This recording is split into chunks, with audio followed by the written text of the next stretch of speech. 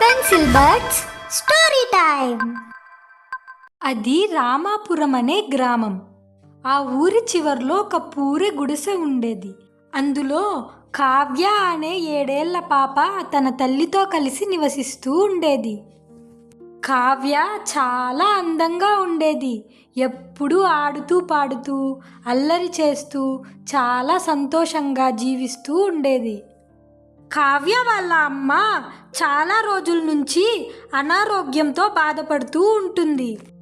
కావ్యకి తన తండ్రి లేడు. కావ్య వాళ్ళ అమ్మ ఆ ఇంట్లో ఈ ఇంట్లో పనిచేసి డబ్బుల్ని సంపాదించేది. అలా సంపాదించిన కొద్దిపాటి డబ్బులతో వాళ్ళ జీవనాన్ని సాగించేవారు. వాళ్ళ అమ్మ అనారోగ్యంతో బాధపడటం వల్ల ఆ పని కూడా చేయడం సాధ్యం కావడం లేదు.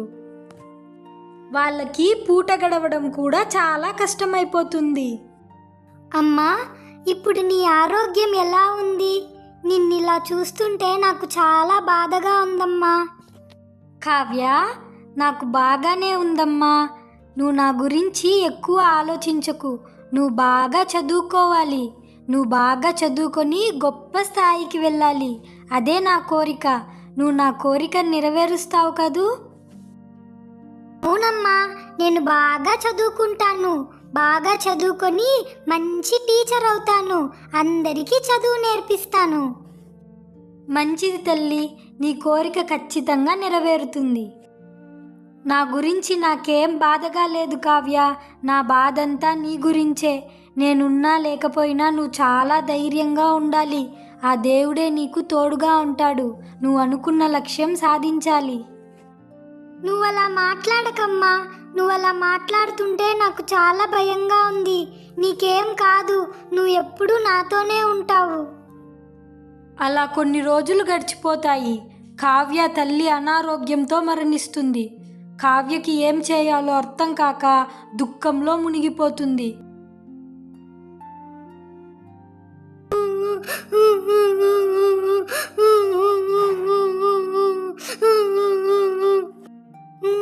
నాకు అమ్మ కావాలి. అమ్మ లేకుండా నేను ఒక్క క్షణం కూడా బతకలేను.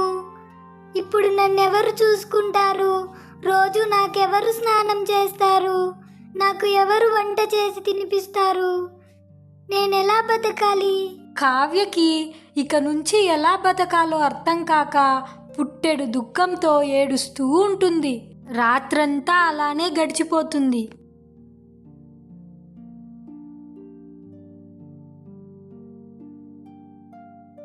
ఉదయాన్నే కావ్యకి చాలా ఆకలిగా ఉంటుంది. అబ్బా, ఆకలిగా ఉంది. నాకేమో వంట చేయడం రాదు. ఎలాగో అలా చేద్దామనుకున్నా ఇంట్లో ఎలాంటి సరుకులు లేవు. ఇప్పుడేం చేయాలి? ఎవరింట్లో అయినా పనికి చేరుతాను. వాళ్ళు డబ్బులు ఇవ్వకపోయినా పర్వాలేదు. 3 పూట్ల కడుపు నిండా అన్నం పెడితే చాలు. అలా అనుకొని కావ్య ఎవరింట్లో అయినా పని దొరుకుతుందేమో అని వెతుక్కుంటూ వెళ్తుంది.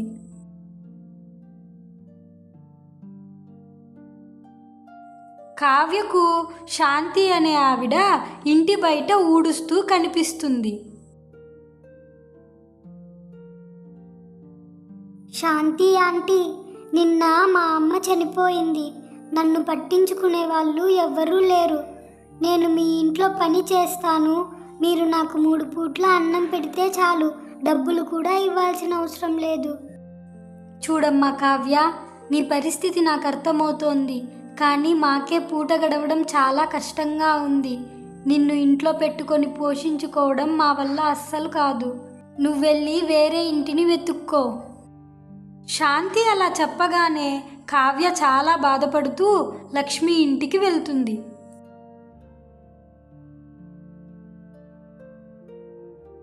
లక్ష్మి తన ఇంటి బయట అరుగు మీద కూర్చొని ఉంటుంది. లక్ష్మి ఆంటీ, నిన్న మా అమ్మ చనిపోయింది. నన్ను పట్టించుకునే వాళ్ళు ఎవ్వరూ లేరు.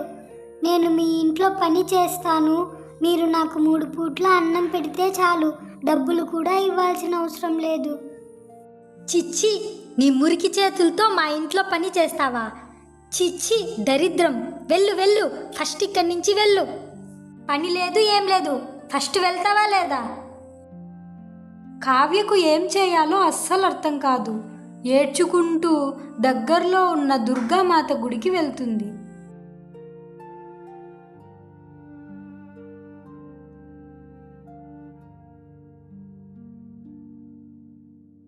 అమ్మా దుర్గమ్మ, నేనేం పాపం చేశాను? చిన్న వయసులోనే నన్ను మా అమ్మ నాన్నకు దూరం చేశావు. ఇప్పుడు నేను ఎలా బతకాలి? నన్నెవరు చూసుకుంటారు? ఎందుకు నాకే ఇన్ని కష్టాలు ఇచ్చావు? నేనేం పాపం చేశాను? చెప్పు తల్లి, చెప్పు.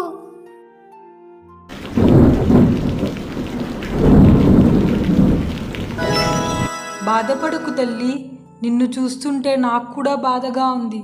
కానీ విధిరాతను ఎవ్వరూ తప్పించలేరు. నీకోసం నేనే స్వయంగా వస్తాను. నీకు అమ్మ లేకపోతే నేనే నీకు అమ్మనై చూసుకుంటాను. దుర్గామాత వెంటనే ఒక మనిషిలా మారిపోతుంది.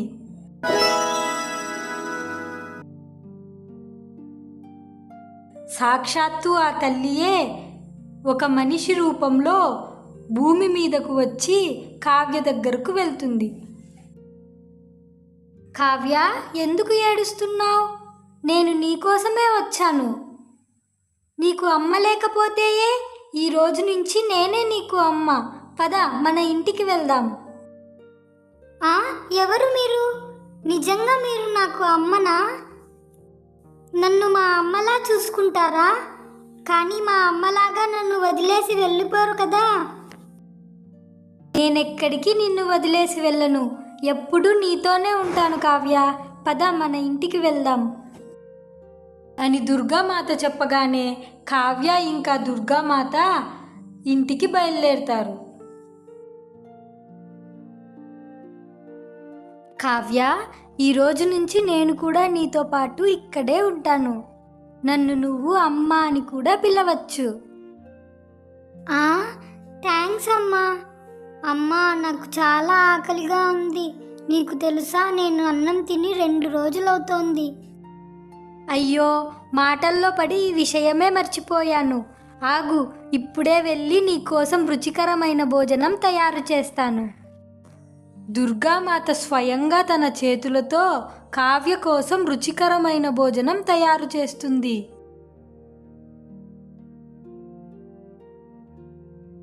తన చేతితోనే స్వయంగా ముద్దలు కలిపి కావ్యకు తినిపిస్తుంది. ఇలానే రోజంతా గడిచిపోతుంది. కడుపు నిండా భోజనం చేసి కావ్య కంటి నిండా నిద్రపోతుంది. పొద్దున్నే లేచి చూసేసరికి తన పక్కన పడుకొని ఉన్న అమ్మ కావ్యకు కనిపించదు. అమ్మ ఎక్కడికి వెళ్ళింది? బయటికేమన్నా వెళ్ళిందేమో, వెళ్ళి చూద్దాం.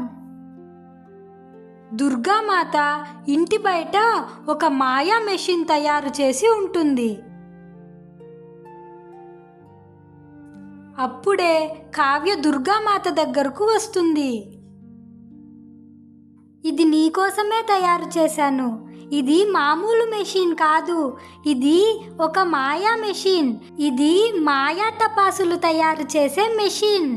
నువ్వు ఒకసారి బటన్ నొక్కితే చాలు, ఇందులో నుంచి రకరకాల టపాసులు బయటికి వస్తాయి.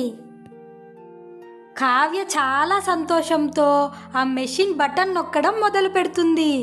అందులో నుంచి రకరకాల టపాసులు వరుసగా వస్తూనే ఉంటాయి.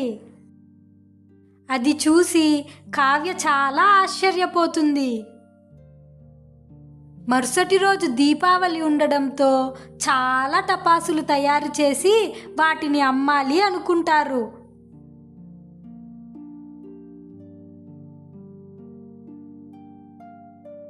కావ్య ఒక టపాసుల దుకాణం పెట్టుకొని ఆ మాయా టపాసులను అమ్మడం మొదలు పెడుతుంది.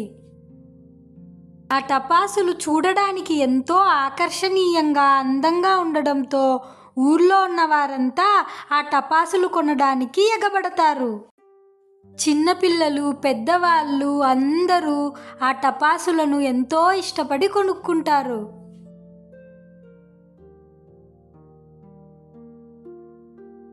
ఆ మాయా మిషన్తో తయారు చేసిన టపాసులతో ఆ ఊరి దీపావళి ఎంతో అందంగా ఆనందంగా మారిపోతుంది.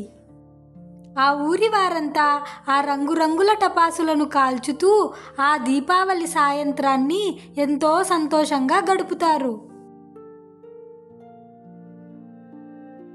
కావ్య ఇంకా దుర్గామాత కూడా ఆ టపాసులను కాల్చుతూ దీపావళిని సంతోషంగా జరుపుకుంటారు. ఆ మాయా మెషిన్ సహాయంతో టపాసులను అమ్మి కావ్య చాలా డబ్బులు సంపాదిస్తుంది. ఇదంతా అమ్మ వల్లే సాధ్యమైందని అమ్మకు కృతజ్ఞతలు తెలియజేస్తుంది. అలా రోజంతా అలసిపోవడంతో ఇద్దరూ రాత్రి హాయిగా పడుకుంటారు. పొద్దున్నే లేచి చూసేసరికి తన పక్కన దుర్గామాత కనిపించదు. అమ్మ మళ్ళీ ఎక్కడికి వెళ్ళింది? బయట ఉందేమో వెళ్ళి చూస్తాను. అమ్మ ఎక్కడికి వెళ్ళుంటుంది? బయట కూడా లేదు. ఈ అమ్మ కూడా నన్ను వదిలేసి వెళ్ళిపోయి ఉంటుందా? కానీ ఎప్పుడు నాతోనే ఉంటానని నాకు మాట ఇచ్చింది, కానీ ఇప్పుడేమో ఇలా చేసింది. అలా కావ్య బాధపడుతూ మళ్ళీ దుర్గామాత గుడికి వెళ్తుంది. అమ్మ ఎక్కడికి వెళ్ళిందో నాకు తెలియటం లేదు. ఎప్పటికీ నాతోనే ఉంటానని మాటిచ్చింది, కానీ ఇప్పుడు ఎక్కడికి వెళ్ళిందో అర్థం కావడం లేదు. అప్పుడు గుడిలో ఉన్న దుర్గామాత విగ్రహం నుంచి మాటలు వినిపిస్తాయి. కావ్య, ఇన్ని రోజులు నీకు అమ్మగా ఉన్నది ఎవరో కాదు, అది నేనే. నేనెక్కడికి వెళ్ళలేదు. నీకు కనిపించకపోయినా నేనెప్పుడు నీతోనే ఉంటాను. నీకే కష్టం వచ్చినా నన్ను ఒక్కసారి తలుచుకో, అప్పుడే నీ ముందు ప్రత్యక్షమవుతాను.